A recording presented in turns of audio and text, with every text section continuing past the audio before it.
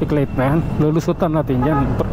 Sabi ko nga sa'yo, hindi lahat pwede, hindi lahat puro kabaitan eh. Mayroon din minsan kalukuhan. Hindi lang lahat laging sang-ayon sa batas. Kailangan lumubag ka rin sa batas. Trabaho ko puro sunod sa batas eh. Kailangan sundin ng batas, kailangan ganito, ganyan. Pero na lang ganon. Kaya minsan kahit sa pagmumotor, lumabag ka lang naman sa batas, okay na yun. Lalay, lubak-lubak eh. Kaya okay, grabe na yan. Hop, tulin ni ate girl, oh. Sulit sa ate girl. Hop, yeah. Okay, malalay lang tayo mga idol, kasi hindi naman matraffic dito. Mamaya pa traffic dito, alas 10, alas 9. Hop, yeah. Okay. Ayan mga idol, malawak na malawak ang daan. Go na ba? Go na eh. Okay, lalay lang din siyempre. Tulad dyan, may mga kasama tayong biker sa daan. Puwing ako, napuwing ako. Okay.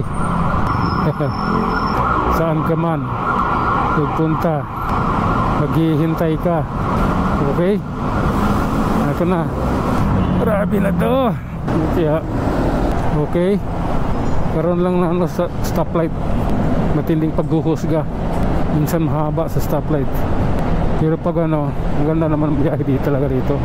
Dati hindi ganito kalsada rito. Wala kang makita ng ano, crack ng ganyan dati. Tawid po, tawid. Nakakasira na talaga dati yung ano, yung mga butas na yung sa Nawasa. Yan yung mga nakasira na kalsada dati. Counterflow, tricycle at motor. Wow. Oop. Stoplight na din yan dyan. Sunahan na mga idol. May stoplight yun dun eh. Papunta Kisanabi niya. Oop, yeah. Loyalty. Grabe na mga idol, na gumagalaw. Hindi gumagalaw. Bigyan na kita. Kasingit ka lang dyan. Pero ayan. Oop, yeah. Grabe na to. Ganito traffic dito.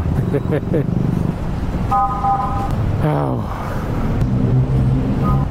Lalay lang tayo mga idol, dahil naka ano yung stoplight pala rito.